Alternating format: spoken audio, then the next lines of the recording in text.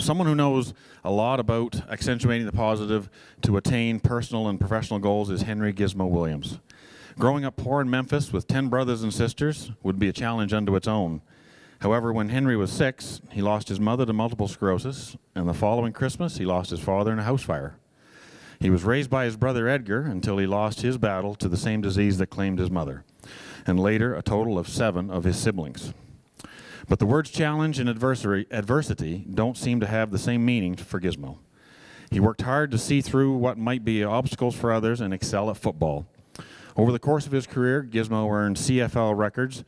He returned 1,002 punts for 11,134 yards and 26 touchdowns, and 333 kickoffs for 7,291 yards and 2 touchdowns, both of which are CFL records, as well as the admiration of fans and players in the league. He played for 2 Grey Cup championship teams in Edmonton, 1987 and 1993, and was a 5-time league All-Star. In 2002, Gizmo's number 2 was put on the Edmonton Eskimos Wall of Honor, and 4 years later, he was inducted into the Canadian Football Hall of Fame.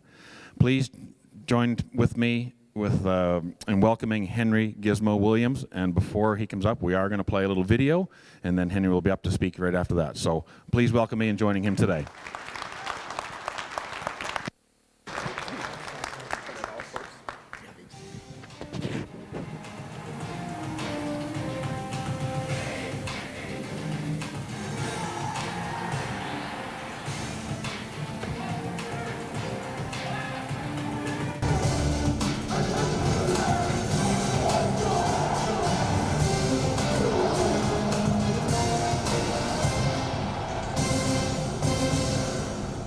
NFL Films Presents is brought to you by Sprint. Be a better fan with NFL Mobile, only from Sprint. Power up.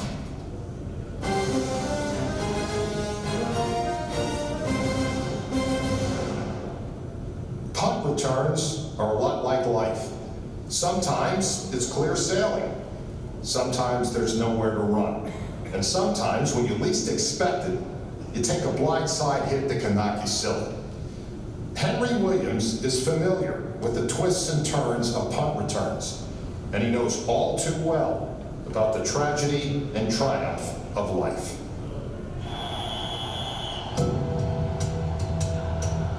The NFL record holder for career kick and punt return touchdowns is Brian Mitchell. He has just set an NFL record for return touchdowns. That is the 13th of his career. Henry Williams had 26, twice as many. But you probably never even heard of him. Williams played for 14 years in Edmonton. He was one of the most popular players ever in the Canadian Football League and a CFL Hall of Famer. Until you get 26 touchdowns, 28 callback, 13,000 yards, I can't say it right now, and I'm going to tell the boys, they know what I always say, I'm like Muhammad Ali, I don't give a damn. I am the greatest of all time. Even greater was Henry Williams' journey. It began in Memphis, Tennessee, a city famous for its blues and its tragedies. Dr. Martin Luther King was assassinated there in 1968. Another king, Elvis Presley, died there 9 years later.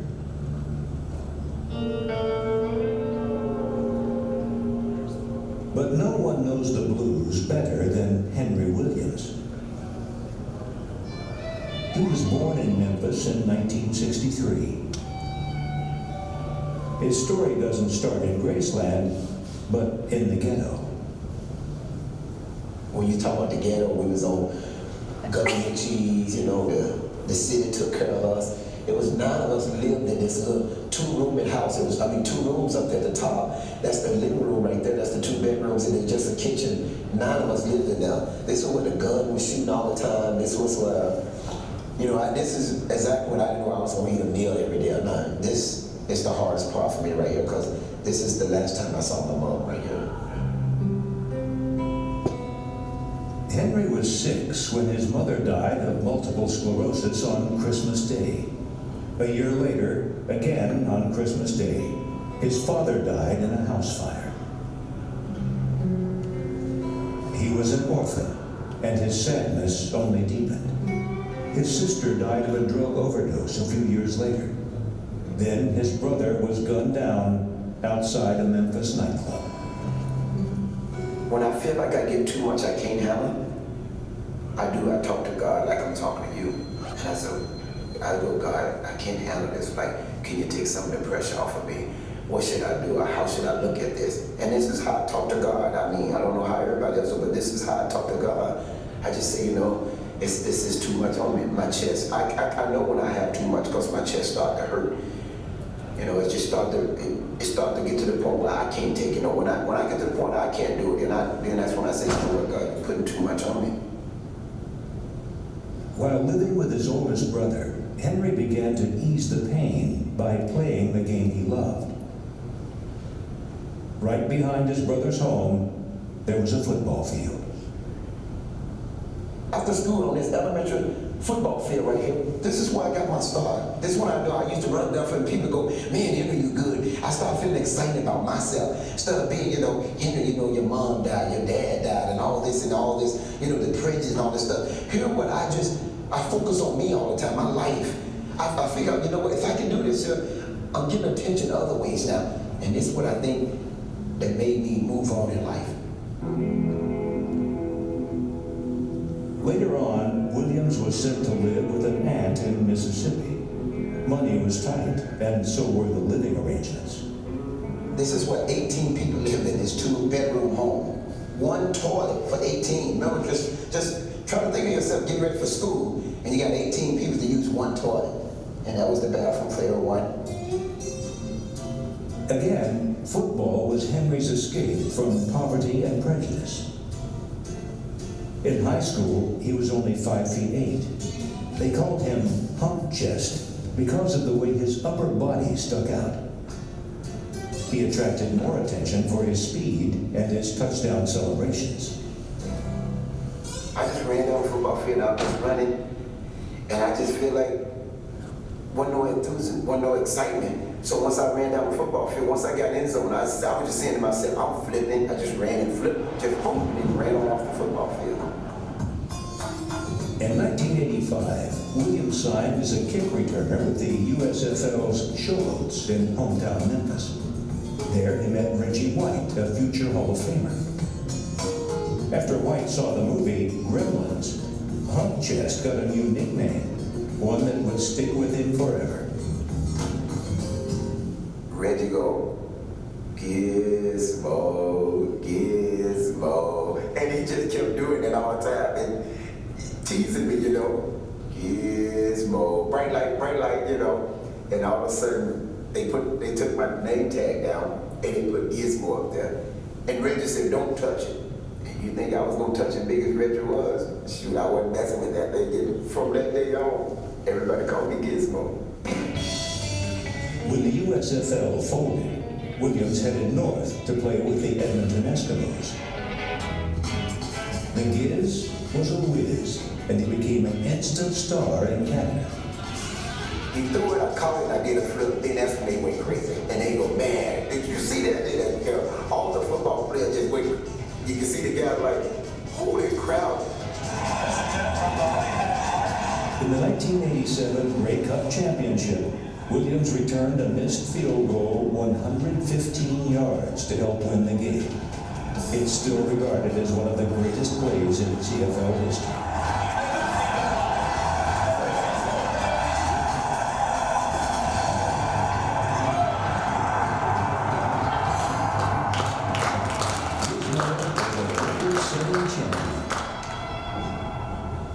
But his brothers, Edgar and Milton Charles, weren't around to share in Henry's success. MS had already taken his mother years ago. Now it had claimed 2 of his siblings. But every time life tested him, the tougher Henry Williams got. It just kept going on and on. And the more someone passed in my family, the more I got more physical in football, the more I got strong. Because it seemed like every time something happened, it felt like somebody was trying to weaken me. When somebody died in my family, it made me stronger. To me, it made me stronger. It made me just keep getting. I had this angry desire in me. I couldn't take it out on nobody, but I could take it out on the football field. Williams' performance in Canada caught the eye of the Philadelphia Eagles, and in 1989, the Giz, number 81, was right beside Reggie White again, this time in the NFL. Now with the big boys, like Reggie White again, Reggie now, because Reggie done made a big name for himself. Reggie leading the defense and sacks and stuff. Then I'm playing with the most awesome quarterback, Randall Cunningham, running around, like it was unreal. I'm like, shoot, I'm ready now. It seemed like a dream come true. Gizmo filled in at wide receiver, returned kicks, and recklessly threw his 180 pounds into the coverage team. But after just 13 weeks, Williams felt he was unappreciated and underutilized by his head coach. He asked Buddy Ryan to release him. I just thought maybe Buddy Ryan didn't give me a good run. He stayed on me all the time, just pushed me to do things and do this. If he don't want me here, then let me go. Let me go do something where somebody will appreciate the things I'm doing. I didn't need to be drugged out for things I didn't do, and that's what I left. Midway through the '89 season, Williams returned to his old team with a new attitude. I'm gonna light this field up. That's what I kept saying to myself. I said, I'm gonna light, if I stay out there, I'm gonna tear this field up. First game, take the first punt, 87 yards for a touchdown. And from there, it was history. For 14 seasons, Gizmo tore through defenders and shredded the CFL record book. While MS weakened the muscles of many in his family, Williams remained an indestructible dynamo.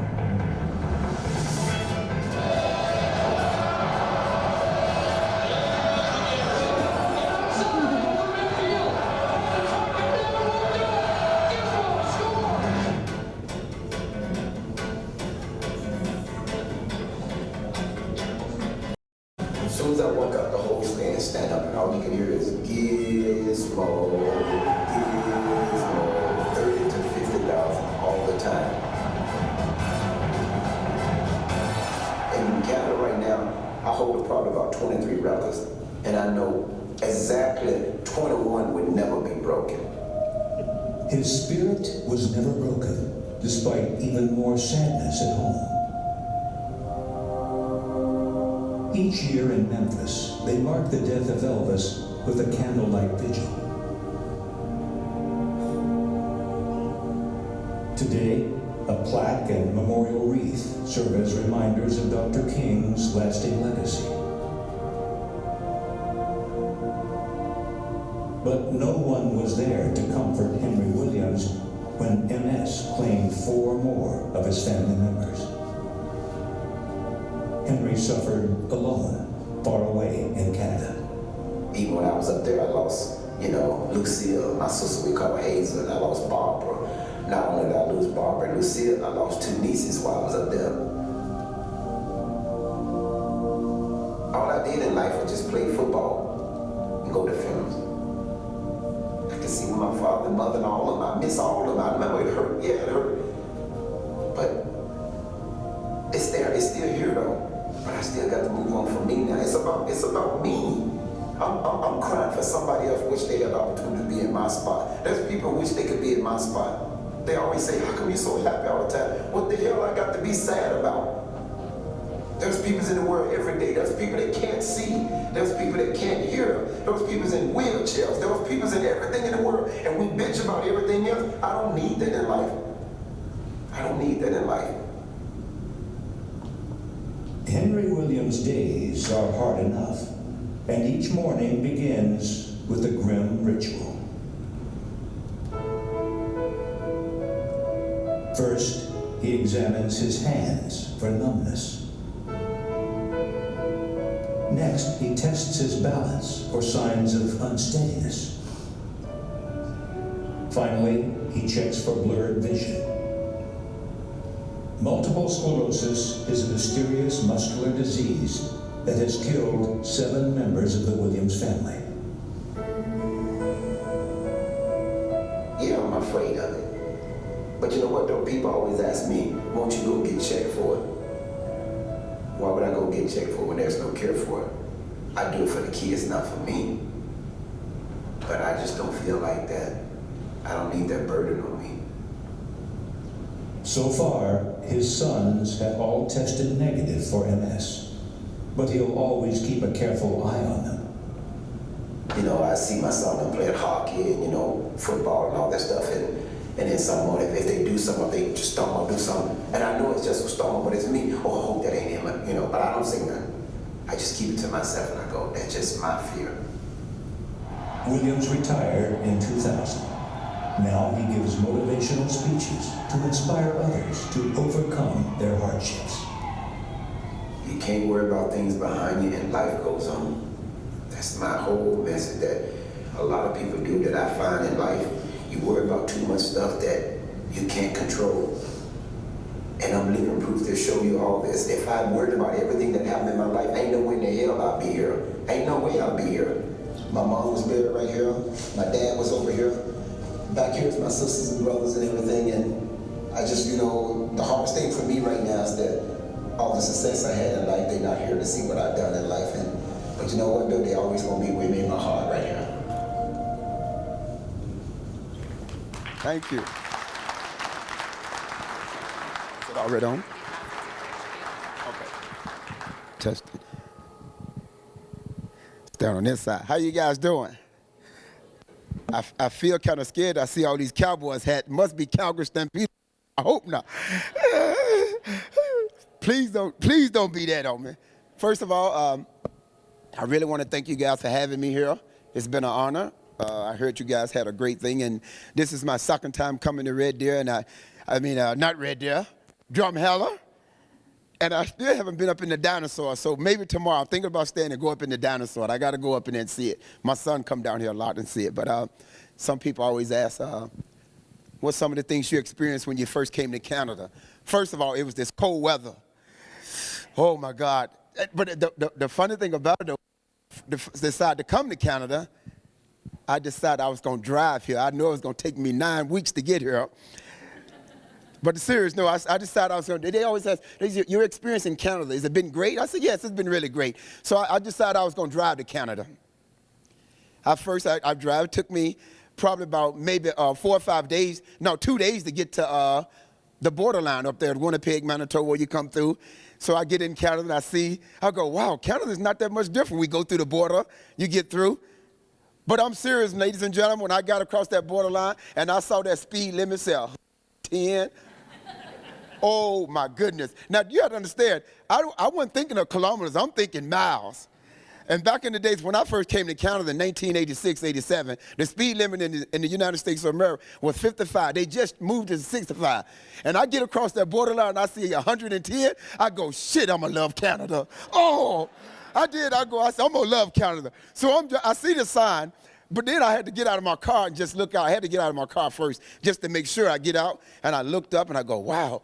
But the funny thing about it, it said 110, and you guys even polite in Canada. They said, at night you can do 100. I'm like, wow, wow. So I started driving, and I'm driving through these little towns where it's like 65 or whatever. I'm going through that maybe 80 clicks or whatever. I finally stopped at this one place when I first got in. One of my first places I stopped in Winnipeg, Manitoba. And you guys have Exxon gas station? And we have in the States as Exxon. So I thought it was in French. I didn't know, you know what I'm saying? Because it's the same one. You guys ever seen that? You guys seen that? We got the same one, but it's in different. But I pull over. I never forget pulling over there, and I see this little kid, and I asked him, I said, how far is Edmonton from here? He said, oh, probably 15 hours. And I go, not from me. So I get in my 300ZX. And I'm still learning. You guys say Z. I'm still learning. I'm working on it. I'm working on my Canadian words right now. You know I'm going to learn that too. But I get in my car and I put it down. I'm starting to drive. I'm telling you guys, I'm hammering. I'm doing 100. I said, well, if it's only 110, why not go, 120? So I'm driving 120. I flew through that town, Regina. Saskatchewan, all I saw was that tall TD Bank. Boom. And I'm driving. If you guys ever driven to Edmonton, if you ever Edmonton, you go through a little town called Lloydminster. And when I got to Lloyd, my engine light came on. And I opened up, I didn't know how to find, because I had just bought this Nissan, this sideway motor. I couldn't find the oil stick. So what I decided to do, I pulled out the brochure and I looked in there, and I see this thing said kilometers and miles. And I said, oh my God, I've been driving all the way through Canada. I was doing 165, brought 140, 50 clicks. And I'm saying, nobody would have stopped me. I knew I was going to jail. Telling you guys, I'm definitely going to jail. I'm driving a Tennessee car.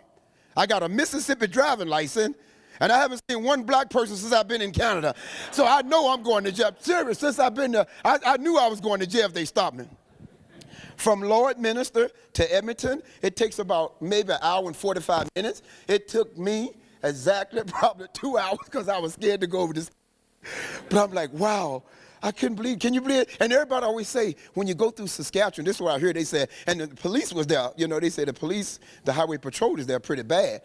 They couldn't catch me then because I don't know what happened to me, so I'm driving. But another thing I experienced when I came to Canada, a couple of my buddies and the American guys, when you play professional football, the Canadian guys love to play tricks on us all the time. So I go in the locker room, and then we go out on the football field, and we got a big, nice fence around the football field. So I asked one of the veteran guys, I go, why do we have a fence around the football field? And he went, oh, they didn't tell you when you signed your contract? I go, no. He said, they didn't tell you. He said, look, he pulled me over. He said, the guy's name was Danny Bass. He said, I'm going to tell you. Don't tell nobody I told you. Just remember what I tell you. He said, do not walk off the football field at 5 o'clock by yourself.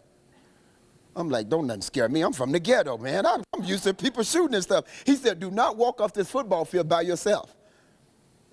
I said, why? He said, because at 5:30, polar bears come around here. Serious, true story. True story. And I'm thinking to myself, like, what did I get myself into, you know, playing professional football here in Canada? I'm like, man, I ain't even seen a black bear in my life. No, only a polar bear. He said, at 5:30, do not walk off this field by yourself. I said, okay, fine. So I'm thinking to myself, and you know, me, I'm still looking for a polar bear or something, and all of a sudden, Jackie Parker blow the whistle, he go, everybody come in, and he gave a speech, and I noticed I started to walk off the football field by myself in front of everybody, and the guy said, don't walk by yourself. And Hector Partey on the football team, Hector was on my team, Hector was 6'6", 385 pounds. I walked right beside Hector. You guys know why. I walk because I know Hector can't outrun me. And I figure about time the polar bear get through eating Hector, I should be at the airport, not in the locker room. But oh man, it's amazing though. You know, I got a chance to visit a lot of places in Canada. Some of the places I never thought I'd get. I went to Tuktoyaktuk. I went to Nunavut, Rankin.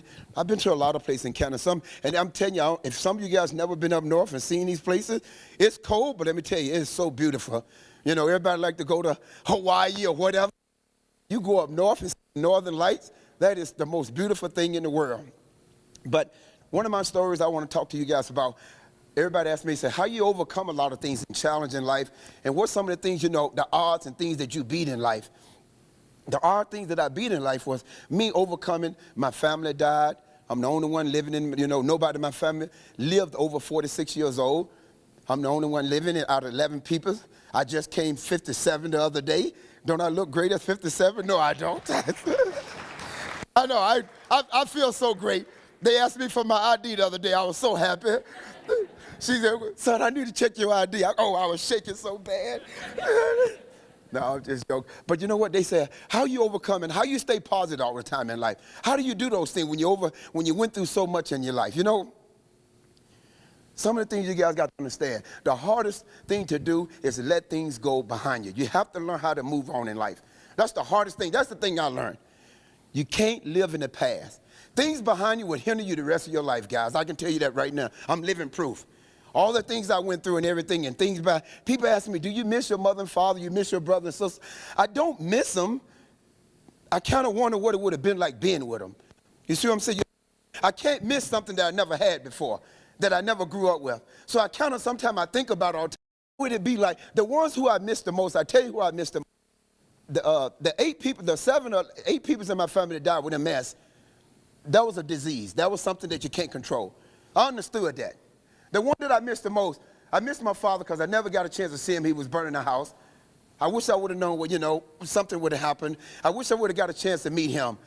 One of my brothers who got shot in Memphis, Tennessee, a guy shot him thinking that he was killing the other guy. He ended up shooting my brother, the wrong one. And I wish I would have had a chance to spend time with him. My oldest sister, who went to Los Angeles, California, she was at a murder trial. She found out she was at a party one night. They found out that she knew about the murder, and they ended up killing her. Those are the 3 people I wish I would have got an opportunity to see because they didn't have a chance in life. The one with MS, they had a chance, but it was time coming for them to lead. So everybody asked me, well, how do you make it through it? How do you decide? But the odds against me all the time has always been there. It always been there, guys. Being tough, being in the situation. I never forget when I was going to school trying to get the grade and stuff. Everybody asked me, so how do you make it in life? God, it was so tough. I never thought about, that mental stuff. Everybody talking about that mental health.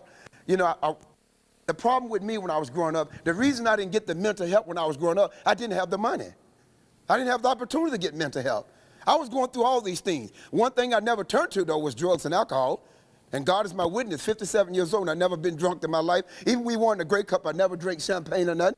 But that's the thing to do in life. That was my thing. I never smoked and drank. That was my things to do. You got to understand now, at the age of 6 and 7 years old, I knew just about more if a 15-year-old kid knew. I had to become a young man at the age of 10 years old. I had to make decisions in life right off the bat, right now. I had to make those decisions right off the bat. And as I was growing up and thinking about things in life, I was like, okay, how am I going to get out of this situation? All my friends doing drugs and alcohol in life. And then when I was in school, I didn't figure I need to go to school because I see other guys could make $15,000, $20,000. I said, God, man, why is I'm going to school getting an education there? And these guys can make this much money.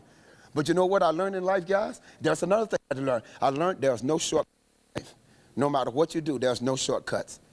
And I stayed in school and I got an education. And that's one of the things that kept me going for so long. And when I got an education, you know what? The odds came to me again. They said, you'll never make it in college. They said, you'll never make it in college. You're not smart enough. You won't last long in there. But they didn't know how determination that I was. When you said I couldn't do something, that's when I said I knew I can do it. And I wasn't going to do it because you said I couldn't do it, because I know. You don't know what I can do in life. I don't know what you guys can do in life. And see, that's the thing about it. When you listen to somebody all the time and tell you can't do something, if you're around negative people all the time, it's going to hinder your life. And if you're around somebody like that, get away from them, guys. And if you work with somebody like that, get away from them. And if you're a boss, if you have somebody that works for you, and if he's negative, I don't care how good of a person, good a worker he are, if you don't get rid of him, I'm telling you, he's going to hinder your whole team. And that's part of life. You got to get away from those things. My main thing, I don't like being around negative people. I can't stand it. I don't care what it is. I got a friend I go golfing with sometime, all the time. God, I had to get rid of him about 5 years ago. He's one of those guys, and I love golfing, guys. I'm not a great golfer. I go golfing. I love golfing. And he'll hit one shot, and he'll be out there all day, Then as soon as he get one good shot, you know where he go? Oh, okay. Wait till the next shot. That's just one lucky shot. You know what I'm saying? Who gives a damn? Cheer yourself up. Pat yourself on the back. Because now let me tell you something. I'm not a great golfer. I'm on the golf course. When I hit a good shot, you ain't got to tell me I got a good shot. Everybody gonna know I hit that damn ball. Because I'm gonna be, did you see that shot? I want everybody to know I hit the damn ball. You see what I'm saying? So that's what I'm saying. Sometimes you know what the hardest thing you guys do sometimes? What's wrong with giving your own self credit sometimes?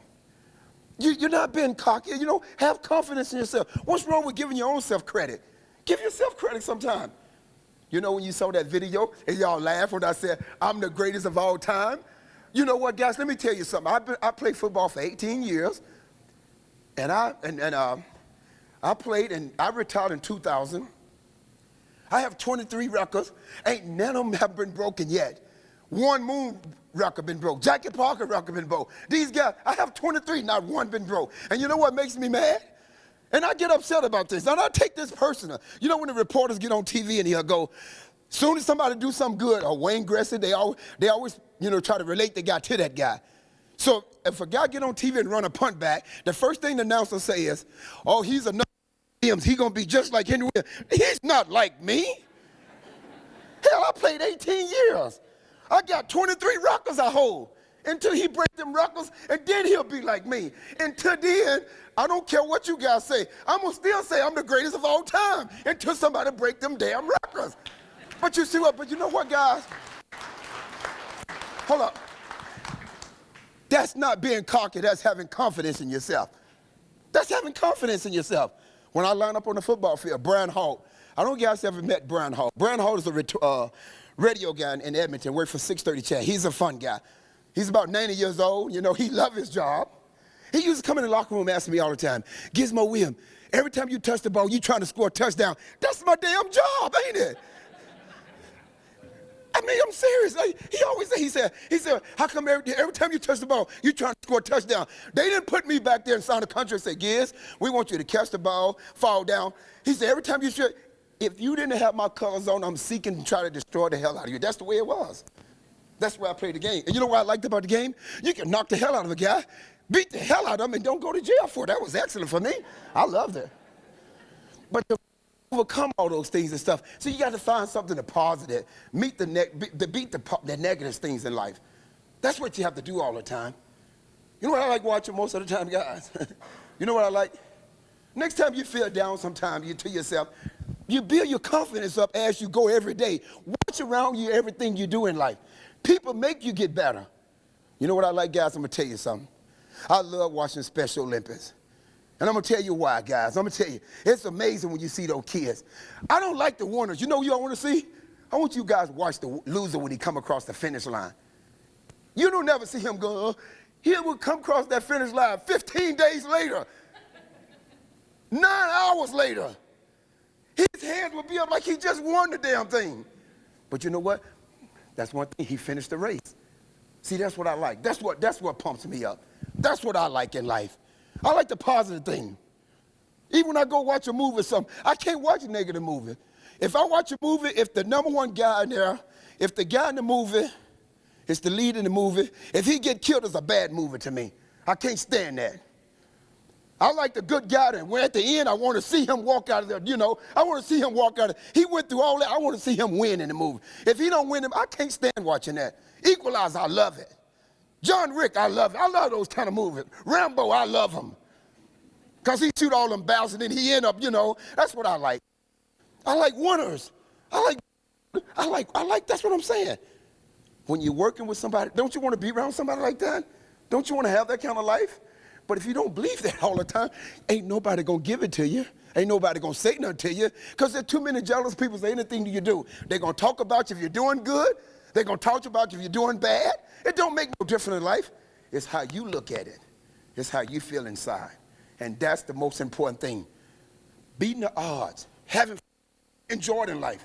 If you can't do those things in life, where else you going in life? It's nowhere else. But each and every day you're going to be challenged. And I know that you're going to be challenged every day by something. You know, you're going to be challenged every day. You ever notice, too, guys?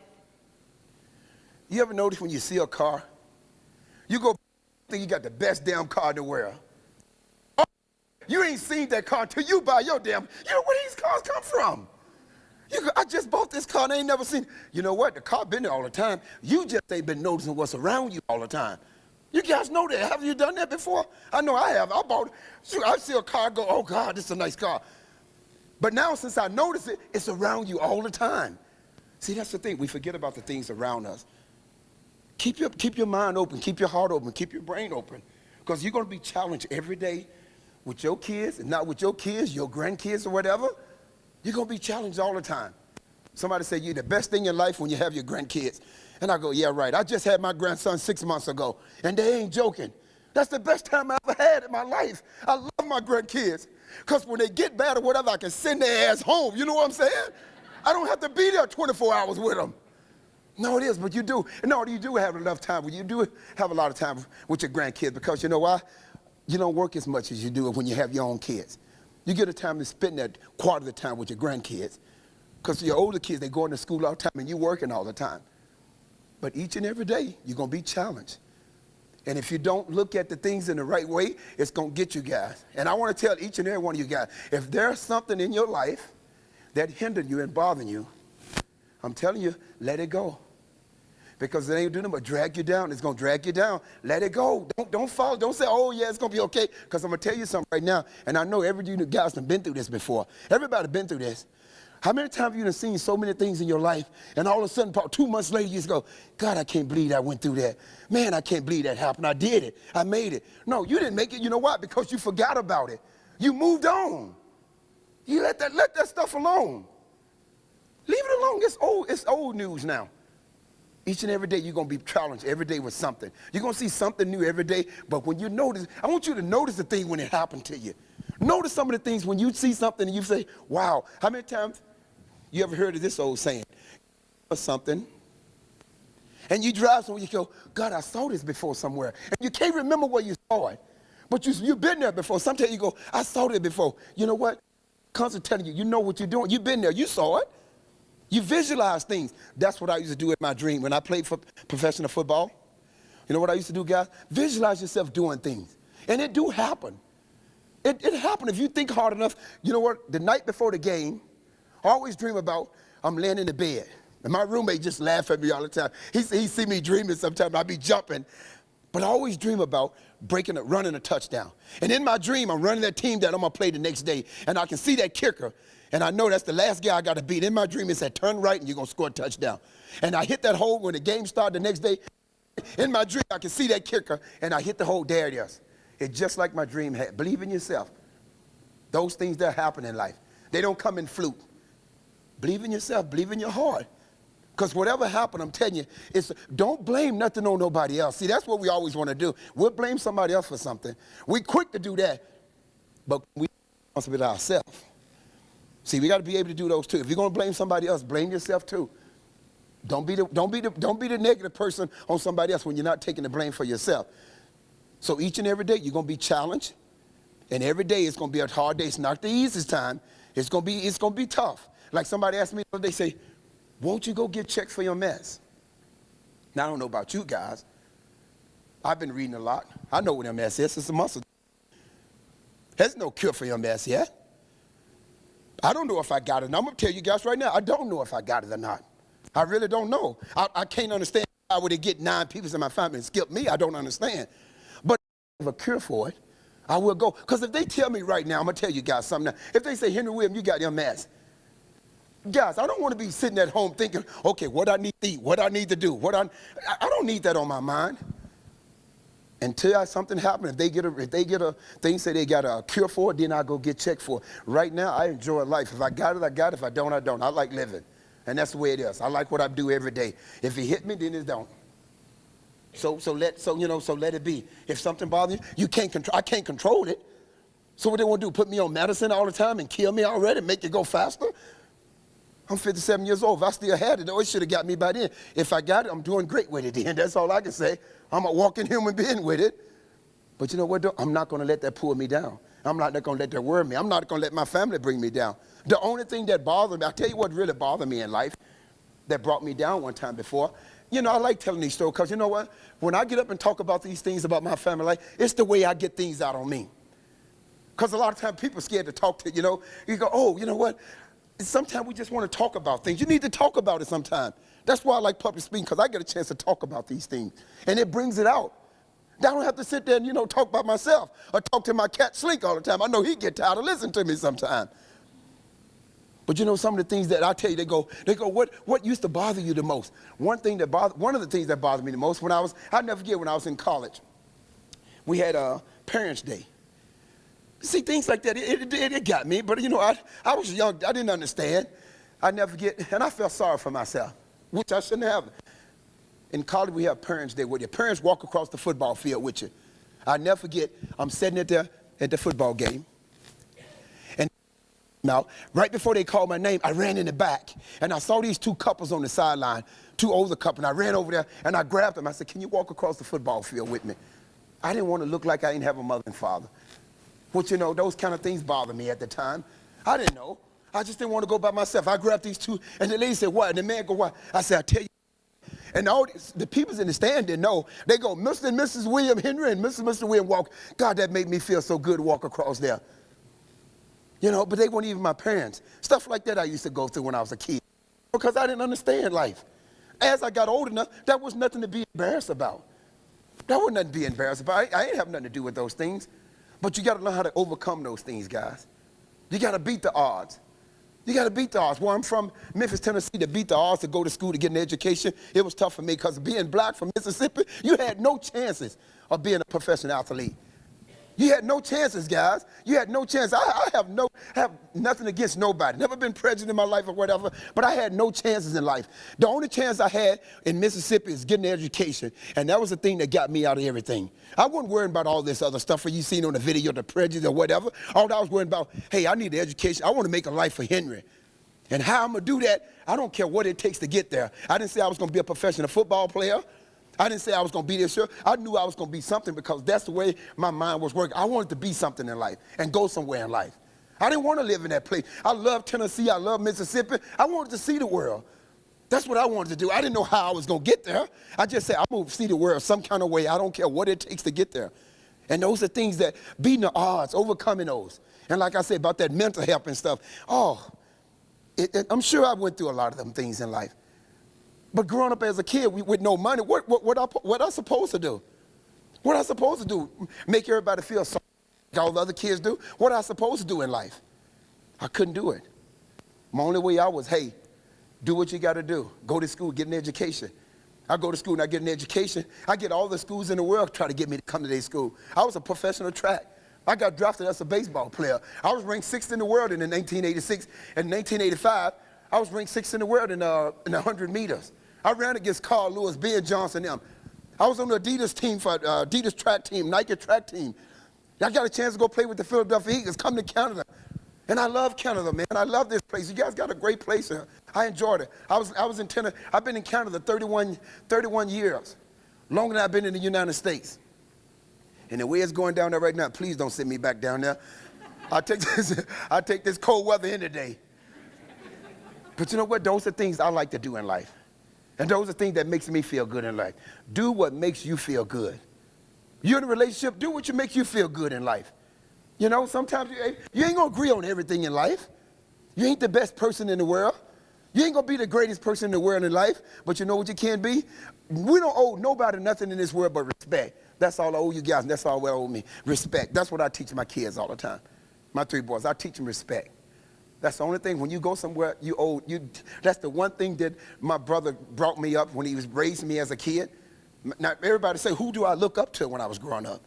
I look up to my 21-year-old brother. That's who raised all of us. He dropped out of school. Can you believe that? He was 21 years old. He raising us.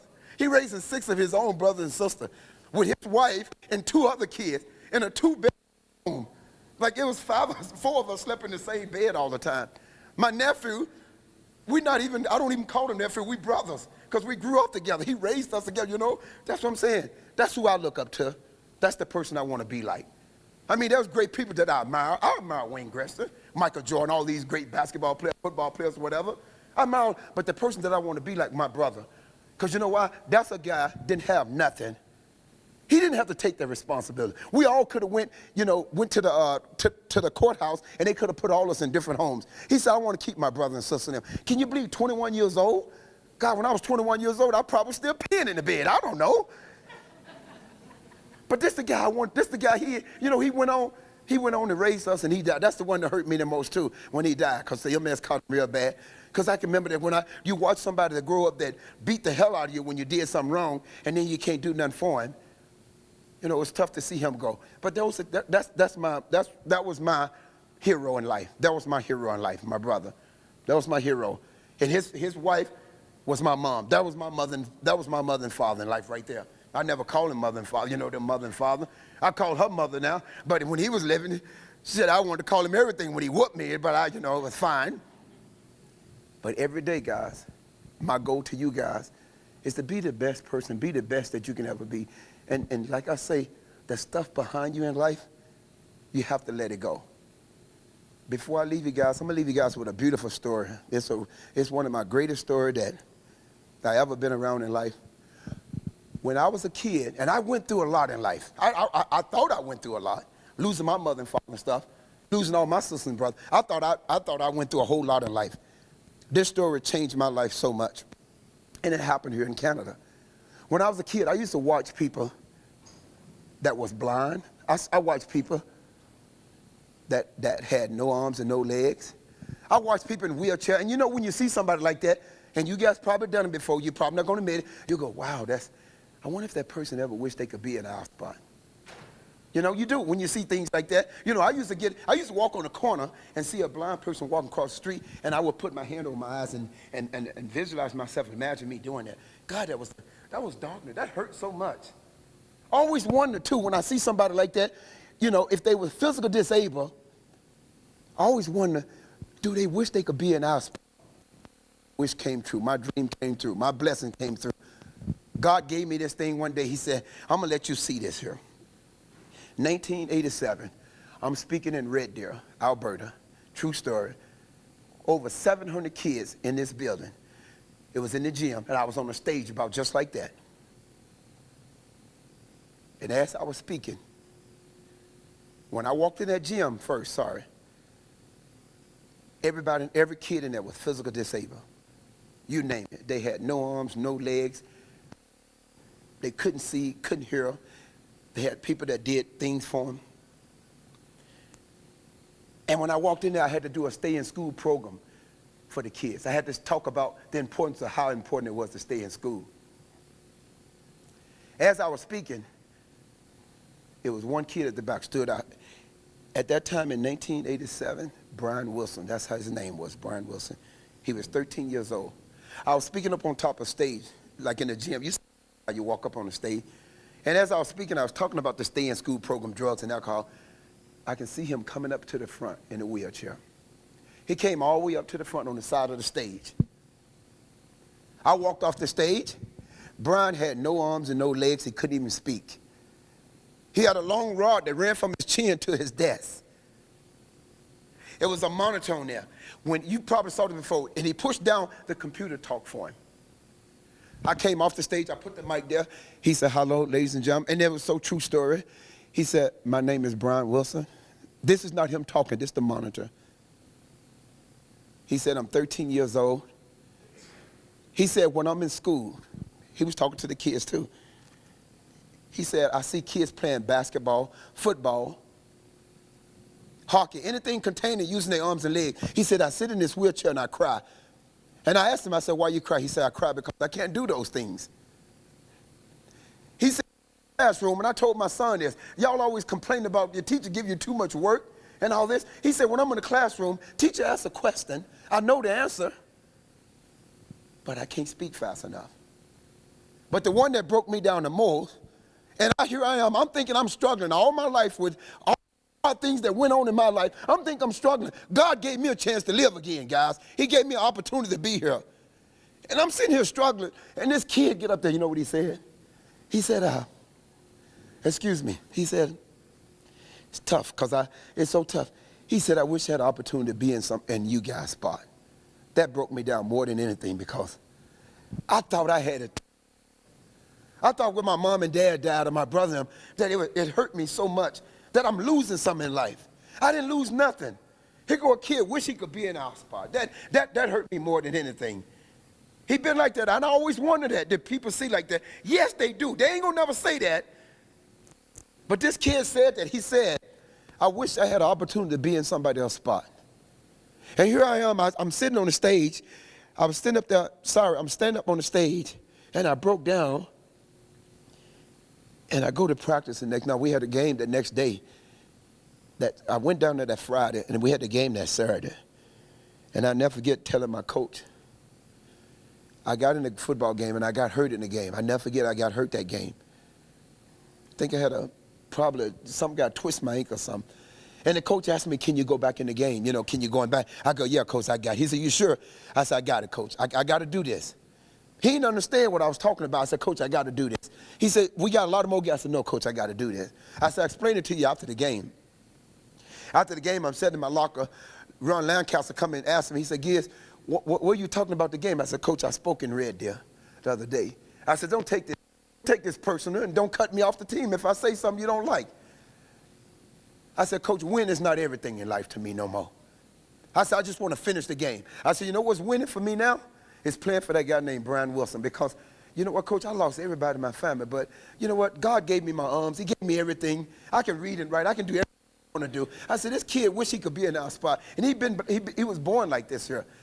I said, when I go on the football field, Coach, I'm going to give you 100% I don't give a damn about winning no more. I'm playing for those people in those wheelchairs around here. And I said, that's what pumps me up. And as I played the game, I got stronger and stronger as I played the game because I know I'm going to hurt for 15, 20 minutes, maybe 2 days. I don't know. But this kid going to be hurting all his life. So next time you find out you finding something hidden in your life all the time and you think you can't do it, you too tired to get up to work, you tell your kids. The teacher give you 100 questions to write and you saying you don't want to do it? Heck, what kid wish he had the opportunity to do that. That's what motivates me every day. That's why I get up and do things I want to do every day. A lot of yes, I don't feel like getting up every day. I don't feel like doing all these things sometimes. I don't. But every time I think about the other people, I be sitting at home sometime and I go, yeah, I got to go do this here. And I think about it, I say, you know what? I got to go. I got to go do it. I got to go. Because I'm going to tell you something. If you ever hurt yourself, and if you ever been in this situation before, if you ever hurt yourself and you watch somebody can run or walk or do something and that you normally do it and you can't do it, man, you start thinking about the world is coming to the end. I'm serious. When you start thinking about that, guys, when you hurt yourself or whatever, you say, man, I never get. When I did twist my ankle and I hurt myself now, I said, God, you know what? Just give me energy. Just, you know what? I always say this. I said, God, let me go run tomorrow. I won't complain about how hard the run is. Just let me finish. And there I go. I will complain. Oh, God, this run so damn hard. You know, I'm still complaining. But you know what, though? Finish the race. Can you finish the race, ladies and gentlemen? That's all I'm asking you. Finish the race. Leave all the stuff behind you. Overcome challenges. Overcome anything. You can do anything you want to do in life. Don't let nobody say you can't do it. You can do anything you want in life. Because there's going to be a lot of haters out there. They're going to hate you if you got something. They're going to hate you if you don't have none. People are going to talk about you about this. They're going to say that. It's about inside. You know the old saying, I never realized it, but it's a true story. And stick with it. Sticks and stones might break your bones, but talking would never injure you or hurt you. And that's a true story.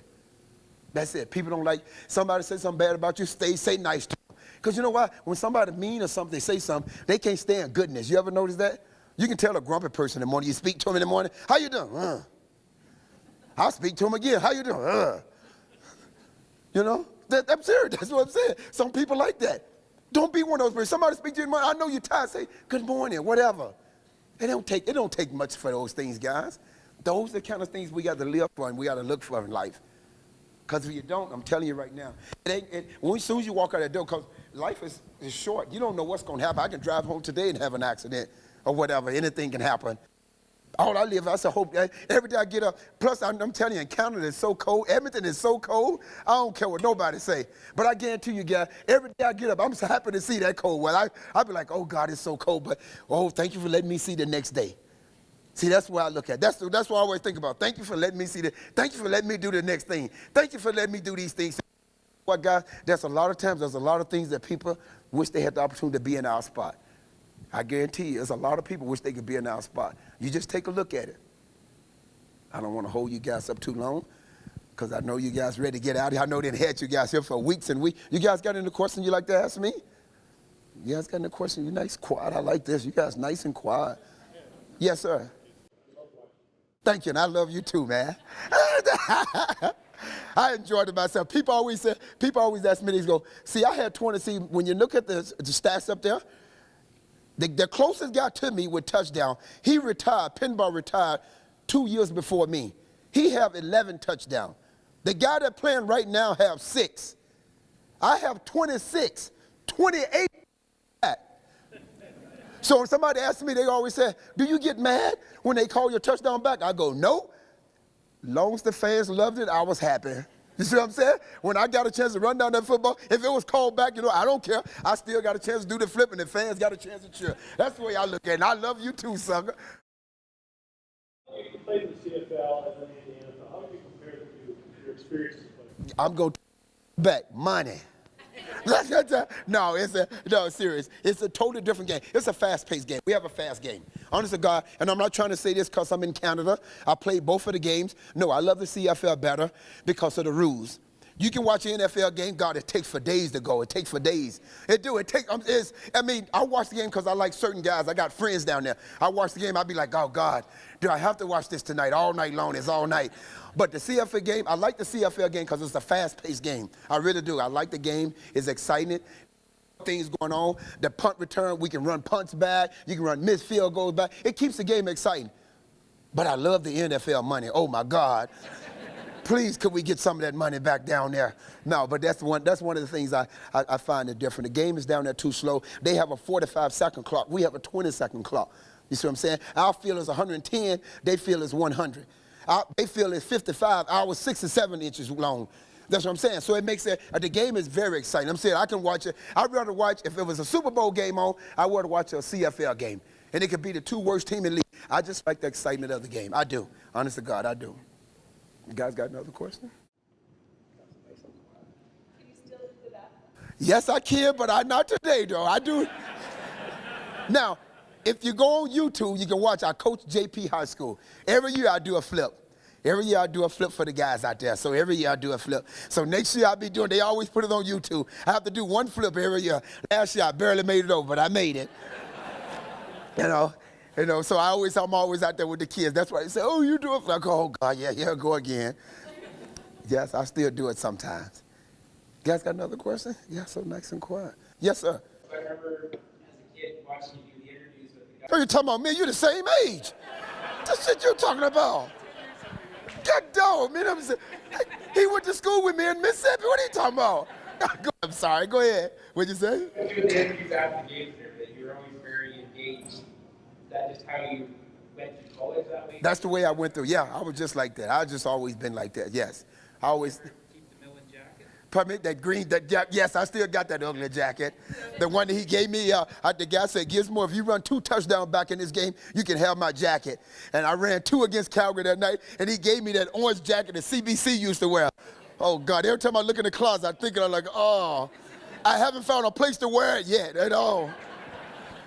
Maybe I might wear it to the BC Lion game, because that's the color of it. Oh, God, that was an ugly coat. Wow. And I thought he was joking. I'm like, and I'm saying to myself, God, if I run one back, what am I gonna put that coat at?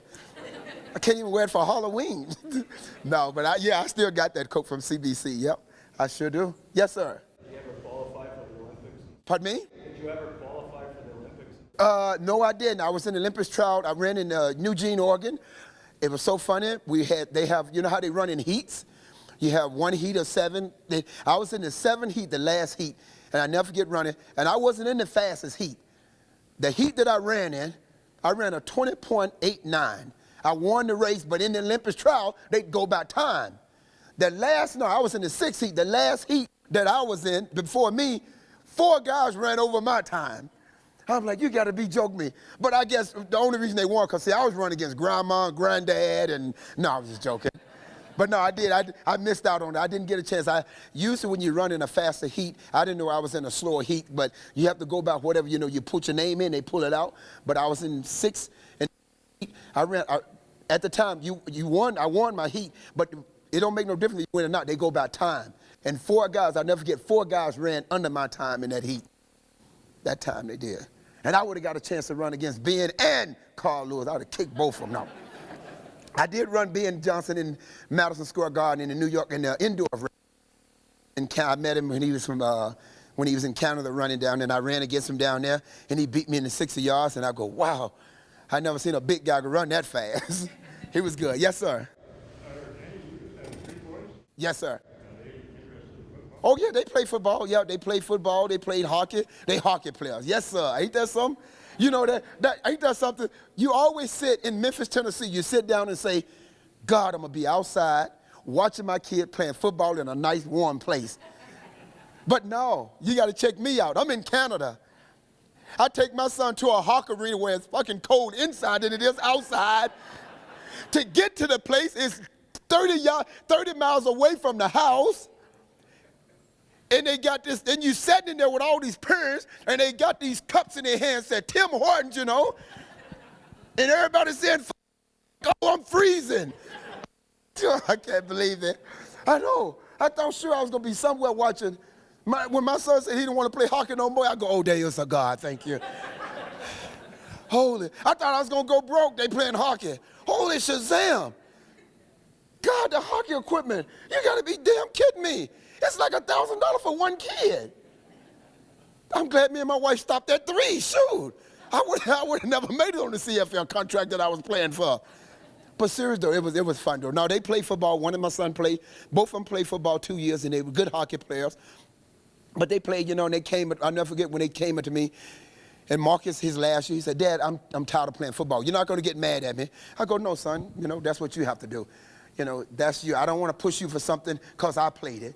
I'd love to have him playing football, you know, but if he wanted to quit, I can't do nothing. I can't make him do something he don't want to do. Because I know it's a dangerous game, and it's a fun game if you like it. If you didn't like it, he said, "Dad, I played the 3 years with my friends." I said, "Fine." I was happy with it, though. But I was more happy when he started playing hockey. Oh, God. No. Actually, I did. I started to like hockey. I'm a big hockey guy. I love hockey. Yes, I'm just like you old kids. I'm just like everybody else. My black ass be up there cheering for Conor McDavid just as hot as. I love me some Conor McDavid. I watch him, oh God. I watch Wayne Gretzky, I watch Conor McDavid. I am a true Oilers fan. Good gracious. Oh, no, don't clap. They didn't do nothing this year. Them bastards, I could have killed every last one of them. No, they're going to be okay. But you know what, though? The thing people don't understand, the Oilers like the Eskimo. Back in the day when the Eskimo, you'll never get an Eskimo team that wins 5 Grey Cups in a row. You'll never get that team with Wayne Gretzky and them played again. So when people start, you know, announcing the Oilers all the time, don't start making these kids feel like they have something to go against. This is a new generation. It's not like the old, you know what I'm saying? It's not like the old days. I know when I came up here, everybody kept saying, "Oh man, the Eskimo won 5 in a row." I'm like, "Oh my God," you know, it's pressure. Then all of a sudden I say, you know what? That was back in the day when they won 5 in a row. That was back in the day. See, the trade, when you signed a contract for 6 or 7 years, you were stuck with that team. They didn't have that free trade and everything then. That's why some team was able to keep all those players back then. But you know, it was great. It was a great time watching that. You guys got another question? Yes, sir. Your favorite coach and why? I liked it, Ron Lancaster, because whatever he said, he meant it. And he did it in a great way. If he said, you know, this is where we're going to do it, and that, when he set the rules, he set the rules. He didn't have to say them. He didn't say it no more. He didn't have to say it again. I never forget one day, me and Craig Ellis, I never forget the true story. This is how running was. He always checked the watch when we walk across the football, come in the gate, and he said at 12, because we start practice at 12 o'clock. Not 12:01, not 12, not 12 this year, and me and Craig Ellis was 1 minute late. And Ronnie said, "You guys got to bring $50 for the team."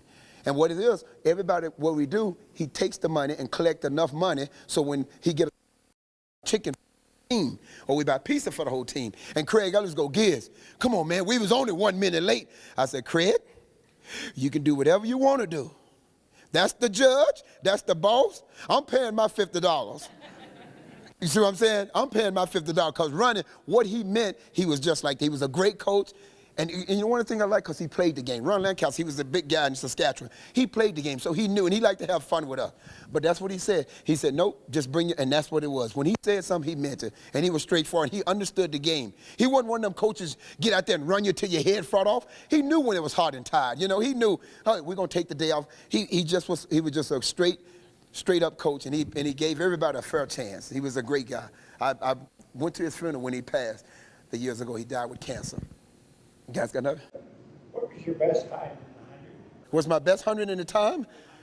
And the best 100, my best 100 meter time, probably about a 9.86. That's my best, about a 9.86. Now don't forget now, we ran 100 meters. I didn't run the yards. Yeah, I ran the yards. They ran the meters. Yes, they run meters now. We ran the yards back then. And then when I was running track too, we had 2 races at a relay. We had the 4x1 relays and the 4x2 relay. And now they only just have the 4x1 relay now. They used to have a 4x2 relay where each guy run a 200 meter. But that was my best time in that. And I got to play with Bo Jackson in Kansas City. When he first went to not Kansas City, he came to Memphis. And Memphis was our mountain team for the baseball team. And that's where I got drafted. I got a chance to play with Bo Jackson. God, could that brother hit a baseball? My God. So what was the university you went to? East Carolina University. That's right, and we beat Michael Jordan them too. Yes, I can say that. I used to go to Michael Jordan play for NC State. We didn't beat him in football. We didn't beat him in We beat him in football, but we didn't beat him in basketball because Mike always killed him. But it was so funny. I was a Michael Jordan fan. So we go to the game. I sit on the side where Michael Jordan was. I was a big Michael Jordan fan. God, I like watch that guy play basketball. Yep, the team, they used to hate me. Yeah, you're a loser, you're a cheater. I don't play good. I'm going with the winner side, you know? You guys got another question? It's great. You guys great. So I enjoyed it. Yes, ma'am. How did you manage to stay away from the drugs and alcohol? You know what? Because I never let peer pressure. The alcohol, true story, and I tell you why alcohol. I come home one day from practice when I was in the 6th grade, and very true story. My brother would tell you this if he was living. In the black community, you go to somebody's house, we always have Kool-Aid in the refrigerator. Kool-Aid with that much sugar in the bottom of it. I come home from practice, I'll never forget, and I looked in the refrigerator and somebody drank all the Kool-Aid up. And I'm thirsty, I didn't want no water. My brother had a 6-pack of Budweiser sitting in the corner, and I used to always hear him say, ain't nothing like a cold beer. And I grabbed that beer and I ran around in the backyard, and I turned that beer up, and I threw up for days. I ain't never tasted nothing so nasty in my life. And serious, my brother and them used to have dinner every night, and my brother never knew until I told him when I got to about 21 years old, 16 I think, and I told him, every time I saw somebody drink a beer at the table, the bathroom and throw up, I thought wine and whiskey, I thought everything tastes like beer. That's why I never drank that. Now, come to cigarette and stuff, I never could take smoke. I don't even like being around campfire smoke. And I just never liked the smoke or whatever. But I was the type of guy that if somebody said it was bad for you, I didn't want to do it. And I just never let the peer pressure. If somebody say, my friends, they go, oh, you want to have a cigarette? I said, no. And I wasn't scared. When I was in school, my friend used to smoke, and the principal come in the locker room, or somebody come in, the teacher come in there, and he asked, who's smoking? You'll never get me in trouble. You know what he said? Henry William, who was smoking? He's smoking, he was smoking, he was smoking. I'm serious. That's where I was. And they would never smoke around me. And I said, by the way, he got some in his socks too. But that's the way I was though. My friend that would never show, they would never do, because you know what he said? You better watch Henry Williams. You smoke around him, he gonna tell it on you. And I'm sure that's the way I was. Because I figure if I'm gonna get in trouble, I'm gonna get in trouble for myself. Why would I get in trouble for something you doing? Why would I get suspended from school? Soon the principal said, well, I'm suspending you. Oh, coach, yeah, he smoked, yep, him, all of them. But that's just where I was. I just never, you know what? And I never let peer pressure got to me. I never. If somebody say, oh, you scared to smoke? Yeah, I'm scared to smoke, then you don't have to be my friend. But I never let the peer pressure bother me about that. I never did. My wife, when I first met her, she drank. She used to drink all the time. And when I first met her for the first 6 months, she go, all you jocks drink. You know you drink. I go, no, I don't drink. And I'll never forget about December. We had met her in January. I met her in June the 27th. New Year's, 1931st. At the 31st, and she said, you know what? New Year's coming, I'm never having another drink. And she never had another drink because she didn't believe I didn't drink at all. I said, no, I don't drink. I liked when she drank because she leave her money and I can pick you it all the time, so she never knew. So I hated she stopped drinking. No, but she never drink no more neither. But I don't have nothing, a problem against nobody drinking, nobody have drinking and smoking or whatever. If that's you, that's what you want to do, you still my friend. I don't condone, I don't read. I always open the book and read it before, judging somebody. And that's the way it does. No, I never had I had all the opportunities in the world to do it. It was free drinks all the time. I just didn't like it. If it hadn't been for the 6th grade, that beer now, maybe I would have, but maybe I would have took a shot of wine or something, but I thought everything tastes like beer. I don't care what nobody said. To this day, beer is nasty. Somebody said you have to require a taste for it. No, I do not. I tried it one other time a long time ago. It tastes even worse now. God, I just can't. You know why I don't drink coffee? Somebody said, you drink coffee because you hype on me. No, I don't drink coffee. You know why? Because when I drink coffee, you know what I do? I put 8 bags of those little sugar that you put on the table. I don't like the taste of coffee. I like sugar. That's why I go to Tim Hortons, English toffee. It's already sweet for me. I do. You guys got another one? You guys are great, man. I love this. But it is, though. And you know what? When you have time by yourself like that, you get it with your family, this is what you're supposed to have fun doing. See, my family always taught me when we was growing up, Christmas wasn't a big day in our family. Because you couldn't bring gifts or nothing. Nobody had money. But you know what? Like Thanksgiving? Thanksgiving is time you just get together and eat all the time. That was the big thing. You get together, you have fun. That's what I miss when I'm growing up. And I try to tell my son all the time, always get together with family. Do things with your family. That's the most important thing. We never had none, but I guarantee you, boy, my family was so close. We was close. We just always together. You know, we always did everything together. We go places together. You know, we just did our little things. The little thing that we had, we all did it together all the time, and that's what brought us to close more than anything. I don't think we even had a chance to think about when somebody was getting sick, but you knew if a person in the family had MS, because you can watch them when they go through the disease after so many months, and it happened. We just kept moving on. We just kept moving on. But when you have a good chance, have a good time to be with your family. I think that's the most important thing in life. You guys done? Well, you know what, guys? I am adios amigos. I'm going to see, can I get in this dinosaur mouth for a couple times? No, I'm just joking. Tomorrow. But I really want to thank you guys for having me. It's been an honor. And like I say, if you didn't get but one thing out of this, it's this thing today. Do me one favor. Anything that bothering you, leave it behind. Slice that rope, and you're going to have to make a new connection. And you got to start. You just got to just keep moving. It's hard to do things. And it's hard, you know, to let some people go that, you know, they've been friends with you for so long. But if they negative, they bring you down, you have to cut that rope. Because I'm telling you, man, we got to live, and I want to live it to the rest. I'm serious. I mean, I feel sorry for everybody in my family. Nobody never lived over 42. I'm 57. God, I feel blessed. I feel blessed. I'm happy. I know when I'm going to die. See, you guys don't know when you guys going to die. I know. I'm going to die when I'm 120. I already figured that out now. See, I'm serious.